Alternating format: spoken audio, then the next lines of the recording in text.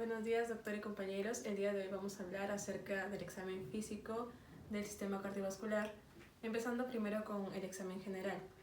Aquí tenemos que tomar en cuenta en la inspección primero lo que es la postura o actitud del paciente. Si es que llega con una sensación de falta de aire o una disnea que sea de origen cardíaco, es característico que el paciente presente sensación de dificultad respiratoria al momento que está acostado, por lo cual necesita tomar una postura sentada o en todo caso usar almohadas, que viene a ser la ortopnea, para poder mejorar su respiración. Otro punto también importante es el hábito constitucional, es decir, la conformación corporal, si es que es brevilíneo, longilíneo, normolíneo, ya que dentro de los brevilíneos, que tienen una conformación un poco más robusta, es característico encontrar enfermedades como hipertensión arterial, diabetes mellitus o hiperlipoproteinemias. En el caso de la obesidad también es importante porque hay un aumento del trabajo cardíaco. Luego lo que es la parte también de la coloración anormal de la piel, si es que presenta palidez o cianosis, que puede ser tanto central para ubicarse más que todo en el rostro, en la región peribucal, o también puede ser periférica, que se ubica más que todo en la parte de las extremidades. Y bueno, la presencia también de edemas, que más que todo si es de origen cardíaco, estos edemas, es decir, la acumulación de líquido en el espacio o el tejido intersticial, estos, si es de origen cardíaco, va a ser de forma ascendente, es decir, va a empezar primero a nivel de los pies, luego va a ascender hacia los tobillos, hasta las piernas, el muslos, etc. Bien, ahora para continuar vamos a tomar los signos vitales. Primero lo que son los pulsos arteriales. Hay diferentes localizaciones de los pulsos. Primero vamos a empezar con lo que es el pulso braquial o humeral. En este caso con el brazo del paciente vamos a ver aquí, siempre usando los tres dedos, tanto el índice, el medio y el anular, para tomar lo que es el pulso. En este caso aquí lo que de la arteria humeral o braquial. Luego también vamos a tomar aquí el pulso radial, igualmente con los tres dedos, haciendo una ligera presión para poder evaluar el pulso y las características de la arteria radial. Luego viene lo que es el pulso femoral, en el cual se encuentra más que todo bajo el ligamento inguinal, medial a la línea media. Bien, ahora vamos a continuar con el pulso popliteo. Para eso le vamos a pedir al paciente que se encuentre en el decúbito dorsal y que flexione ligeramente la rodilla. Ahora vamos a colocar los 4 dedos en la cara posterior de la pierna, haciendo una ligera presión para poder palpar el pulso popliteo. Igualmente en la parte del pie también vamos a encontrar lo que es el pulso pedio. En el pulso pedio se va a palpar medial al tendón extensor del arquejo mayor sobre lo que es el dorso de la piel. Y igualmente vamos a usar los 3 dedos que se usan para poder palpar el pulso, tanto el índice, el medio y el anular, haciendo una ligera presión.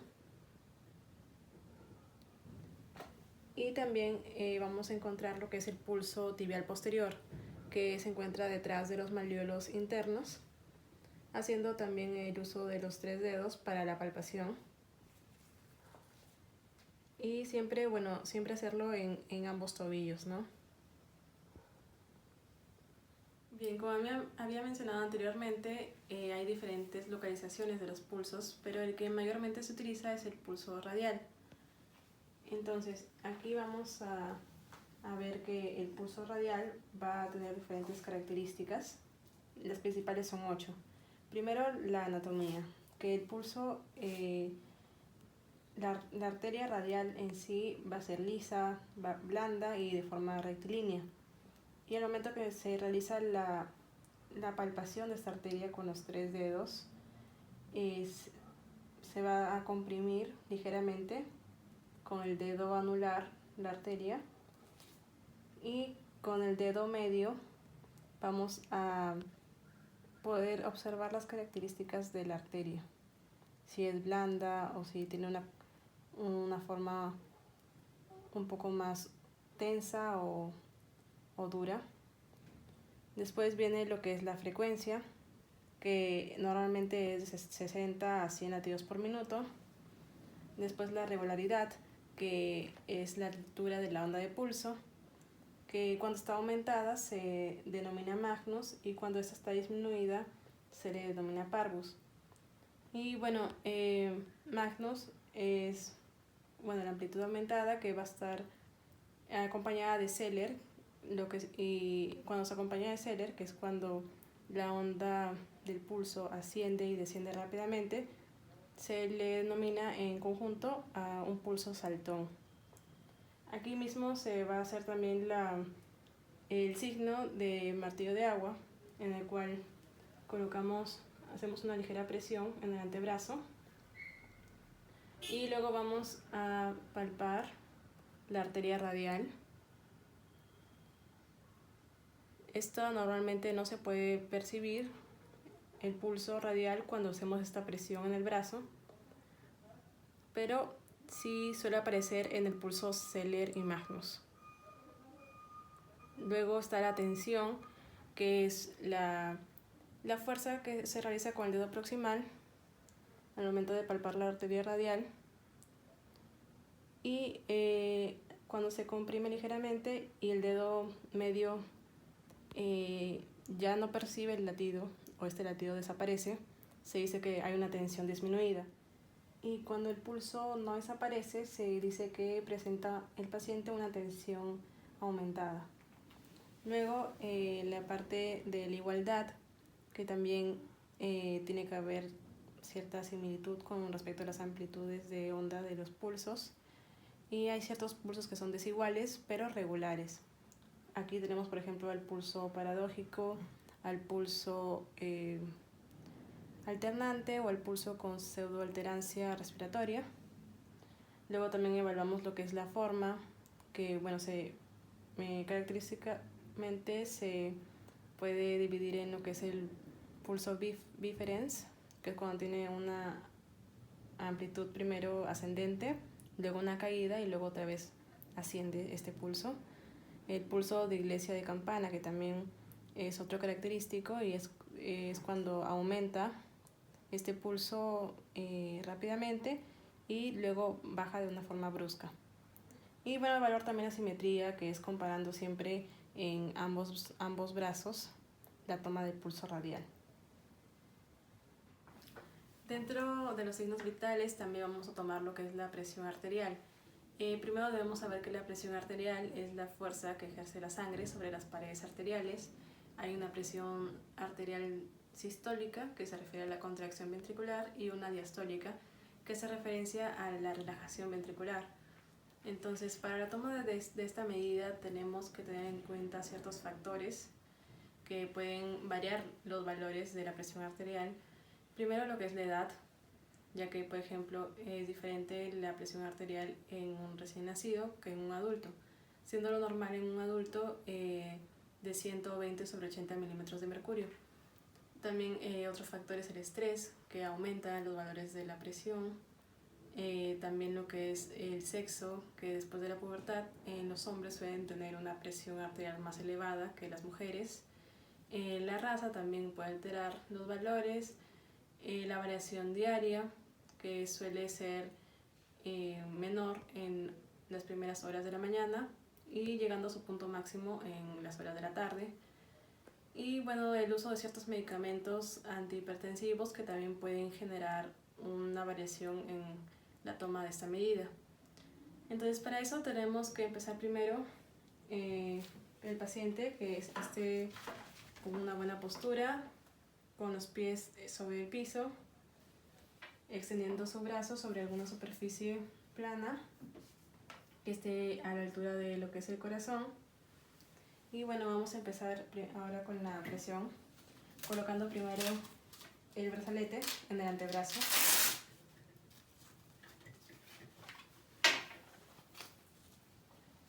Más o menos unos 2 o 3 dedos por encima del pliegue del codo. Y ahora vamos primero ubicar lo que es el pulso radial para poder tomar primero lo que es la presión sistólica palpable y ya luego vamos a tomarla con el uso del estetoscopio. Una vez que ubicamos ya el pulso, podemos insuflar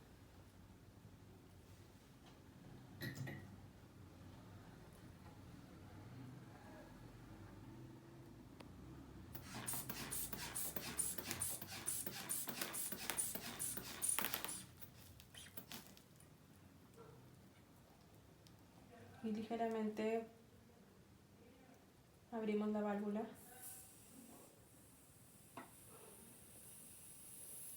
Entonces, en este caso, el pulso del paciente desapareció cuando estaba en 120 milímetros de mercurio. Por lo tanto, esa viene a ser la presión sistólica palpable.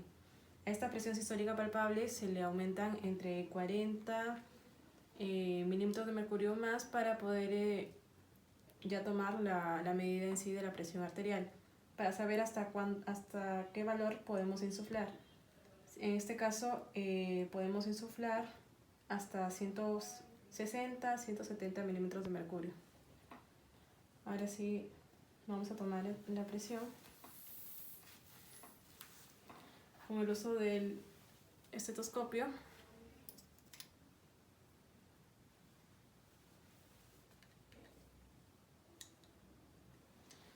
Bien. Ahora vamos a ubicarlo el diafragma del estetoscopio sobre el pliegue del codo, nunca que esté tapado con el brazalete, y vamos a insuflar hasta 160 milímetros de mercurio.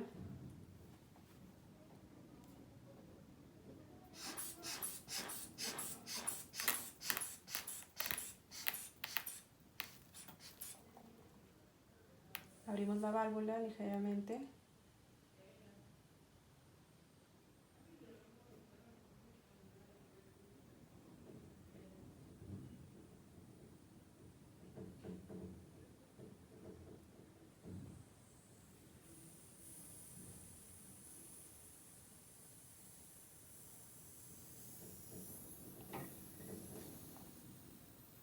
Y podemos ver en este caso que el paciente presenta una presión de 110,70 milímetros de mercurio, siendo 110 la presión sistólica y 70 la presión diastólica. Bueno, continuando, vamos a tomar ahora los pulsos y la presión venosa. En el caso primero de la presión venosa, esta se va a tomar a nivel del cuello y el paciente tiene que estar en una posición de 45 grados. Entonces acá podemos evidenciar, le pedimos que gire la cabeza hacia el lado de allá y podemos evidenciar aquí lo que son las venas yugulares, tanto la interna como la externa. Se puede realizar la presión venosa en cualquiera de las dos venas, pero bueno, en el caso de la vena yugular interna puede estar debajo del músculo esternocleidomastoideo. A veces puede ser un poco difícil de poder ubicarla, por lo que se usa más la vena yugular externa. Entonces aquí en la presión venosa se quiere evaluar la altura de la vena en centímetros de agua. Para eso vamos a usar lo que es una regla y un papel para poder ubicar esta altura de la vena. Entonces ubicamos en sí la parte más visible, el pulso más fuerte de la vena yugular, y ubicamos luego la regla en el ángulo de Lewis. Entonces nosotros podemos hacer con la ayuda del papel, podemos, al momento que ya ubicamos el pulso más fuerte, más visible, tomarlo como referencia y con la ayuda de la regla poder medir cuánto es la altura de la vena. En este caso, bueno, estaría dentro de los 3 centímetros de agua, siendo los valores normales de 0 a 5 centímetros de agua, y bueno, ya se considera anormal cuando sobrepasa los 12 centímetros de agua. Ahora, con respecto a lo que es el pulso venoso, también se va a ubicar a nivel del cuello, y pues se suele a veces confundir con lo que es el pulso carotidio. Acá podemos hacer para comprobar que estamos frente al pulso venoso, que normalmente es visible sin palparlo, ya que como es muy débil, si es que se palpa podemos hacer que desaparezca. Entonces, para no confundirlo con el pulso carotidio, podemos hacer una ligera presión a nivel de la raíz del cuello. Y bueno, si es que se observa como una pulsación, es porque estamos frente al pulso carotidio, pero en el caso de que no se observa la pulsación, es porque estamos frente al pulso venoso. Bien, ahora vamos a empezar a hacer el examen físico del tórax, específicamente de la región precordial, y empezamos con lo que es la inspección y palpación. Entonces, para eso vamos a hacer primero la palpación de lo que es los latidos precordiales, que normalmente se van a sentir al momento que colocamos la mano sobre la superficie torácica. Y asimismo también lo que es el latido del choque de punta, el cual se va a encontrar a nivel del quinto espacio intercostal izquierdo, por dentro de la línea medioclavicular.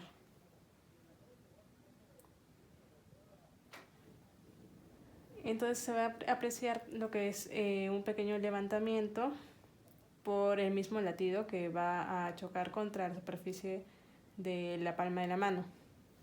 En caso no podamos encontrar fácilmente el latido del choque de punta, ya que este se suele palpar mejor en personas menores de 40 años, podemos hacer también que el paciente se ponga en la posición de pachón, que es cuando se coloca en el decúbito dorsal lateral hacia el lado izquierdo, y colocamos la mano sobre también a nivel del quinto espacio intercostal izquierdo, para poder ayudar así a que se perciba mejor el latido de choque de punta. Y la siguiente maniobra es la maniobra del talón de Dressler. En esta vamos a usar lo que es la palma de la mano, colocándolas sobre el corazón, sin colocar los dedos sobre la superficie del tórax. Y si es que se siente lo que es el latido, que se produciría como un pequeño levantamiento sobre la mano, sobre la palma de la mano, puede indicar lo que es una hipertrofia del ventrículo izquierdo.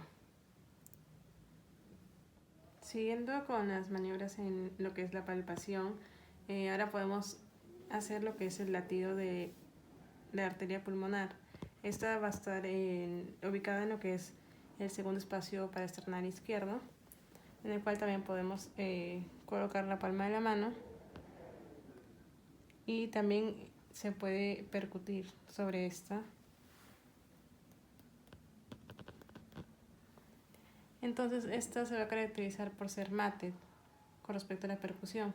Y si queremos saber, por ejemplo, lo que es la tríada de Chávez, en la cual se caracteriza por la presencia de latido al momento de palparlo, con la matidez al momento de percutir, y el hecho de que el latido también pueda ser visible, eso nos va a indicar diagnóstico de hipertensión pulmonar. Luego también tenemos el latido paraesternal derecho, el cual se va a ubicar más o menos a nivel del segundo espacio intercostal derecho. Igualmente se palpa el latido, y esto es característico del aneurisma suprasigmoideo. Y también tenemos otro tipo de latidos, que son los latidos generalizados. Aquí está principalmente el latido diagonal directo. Aquí se va a usar lo que es la palpación tanto en el lado derecho a nivel de el segundo espacio paraesternal derecho, y en la otra mano va a ir a nivel del ventrículo izquierdo. Entonces, en este latido diagonal directo se va a sentir en la parte del segundo espacio paraesternal derecho una pequeña depresión, y a nivel del ventrículo izquierdo se va a sentir lo que es una elevación del latido, lo cual indica lo que es la hipertrofia ventricular izquierda. Y luego también tenemos el latido diagonal invertido, que es cuando en la misma posición de las manos en la que estamos ahora, pero ahora en la parte del segundo espacio paraesternal derecho se va a producir una pequeña elevación por el latido, y en el ventrículo izquierdo se va a producir una pequeña depresión. Y eso es característico de diagnóstico de aneurisma suprasigmoideo. Ahora, lo que es la hipertensión pulmonar, también hay dos latidos característicos. Primero es el latido sagital, el cual se va a presenciar de atrás hacia adelante en la parte central y media del tórax. Y esta parte es donde se va a producir en sí el latido. Y en la parte de ambos costados se va a producir una pequeña depresión. Y en lo que es el latido transversal, el cual va de izquierda hacia derecha, siendo en la parte de izquierda en la cual se produce una pequeña depresión, y en la parte derecha se produce un pequeño levantamiento debido a la regurgitación del ventrículo derecho en la alteración de la válvula tricúspide. Ahora vamos a evaluar lo que son los frémitos.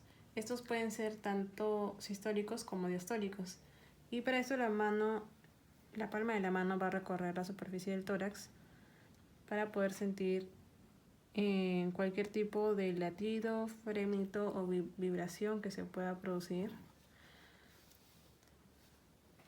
siempre recorriendo y comparando ambos lados, tanto derecho como izquierdo. Y recordar que los frémitos va a ser la expresión palpatoria de los soplos por el cambio del flujo de la sangre de un flujo laminar a uno turbulento. Igualmente también podemos evaluar con la misma técnica lo que son las vibraciones valvulares en lo que es el primer ruido cardíaco.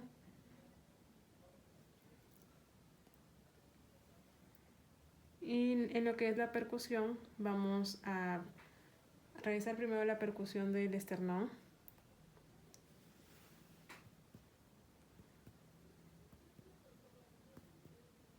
El cual debe ser sonoro en toda su extensión.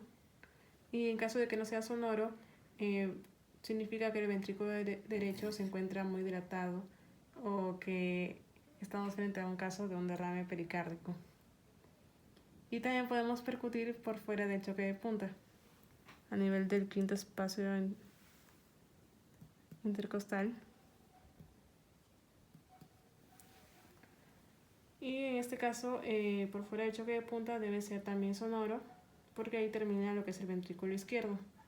Si es que este fuera mate, indicaría en un caso de derrame pericárdico. Bien, ahora vamos a continuar con la auscultación. Para eso primero tenemos que identificar los 5 focos de auscultación, y es recomendable usar primero las maniobras para contar las costillas para poder identificarlos de una mejor manera. Hay dos maniobras para poder hacer esto. Primero es ubicando en el esternón lo que es el ángulo de Lewis, el cual va a estar en el segundo cartílago controcostal, y por debajo de este se va a encontrar lo que es ya el segundo espacio intercostal izquierdo en este caso. Pero la otra forma, si es que no se puede identificar correctamente el ángulo de Lewis, es con ayuda de las clavículas. Se va a poder identificar también, una vez que identificamos la clavícula, por debajo de esta se va a encontrar lo que es el primer espacio intercostal, en este caso sería el derecho, y luego continuamos, ¿no?, con la segunda costilla, el segundo espacio intercostal derecho, la tercera costilla, y eso sucesivamente. Entonces así podemos ubicar en sí de una mejor forma lo que son los focos. Primero vamos a empezar con el foco aórtico, el cual se ubica en el segundo espacio intercostal derecho. Entonces, estaría a este nivel, al costado del borde esternal derecho. Luego, lo que es el foco pulmonar, que está en el segundo espacio intercostal, pero en este caso es el izquierdo, en el borde esternal izquierdo. Igualmente contamos con ayuda, primero ubicando la costilla, el foco pulmonar. Luego tenemos también el foco accesorio, que se encuentra a nivel del tercer espacio intercostal izquierdo. Luego está también el foco tricuspidio, que está en el cuarto espacio intercostal izquierdo, inferior del borde esternal izquierdo, ¿no? Para también ubicar mejor el foco tricuspidio, podemos ubicar la clavícula, más o menos a la mitad de la clavícula, en la línea medio clavicular, y a nivel del cuarto espacio intercostal izquierdo es donde se encuentra el foco tricuspidio. Y bueno, también tenemos por último el foco mitral, que está en el quinto espacio intercostal izquierdo, que ya viene a ser lo que es el ápex cardíaco, que sería a este nivel. Entonces es necesario conocer esta maniobra para poder quizás ubicar de una mejor forma los focos auscultatorios. Entonces, para poder realizar la auscultación, es necesario que el paciente se encuentre en decúbito dorsal. En todo caso, también se podría usar la posición de Azulay, que es cuando el paciente está sentado y con el tórax y los brazos extendidos hacia adelante. Pero en este caso vamos a hacer con el paciente en decúbito dorsal. Entonces, ahora identificamos lo que son los ruidos cardíacos. Con respecto a la identificación del primer ruido cardíaco, se puede realizar en el foco mitral, entonces que vendría a ser en el quinto espacio intercostal izquierdo.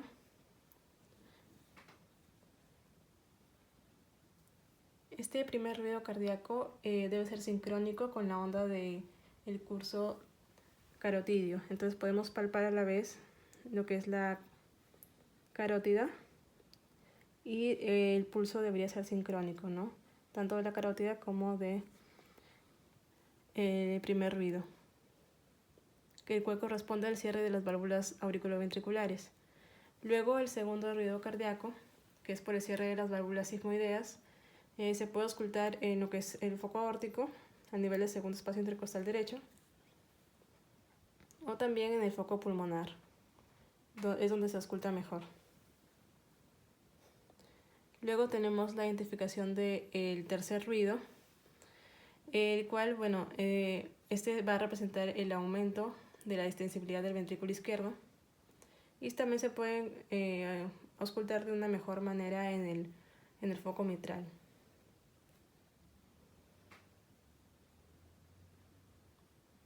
Y por último, la identificación del cuarto ruido, que ya tanto el tercero y el cuarto son ruidos patológicos. El cuarto viene a ser un ruido presistólico que identifica la hipertrofia del ventrículo izquierdo. Y es mejor poder auscultarlo con la parte de la campana, ya que los demás los hemos auscultado con la membrana del estetoscopio. Entonces podemos auscultarlo mejor con la parte de la campana.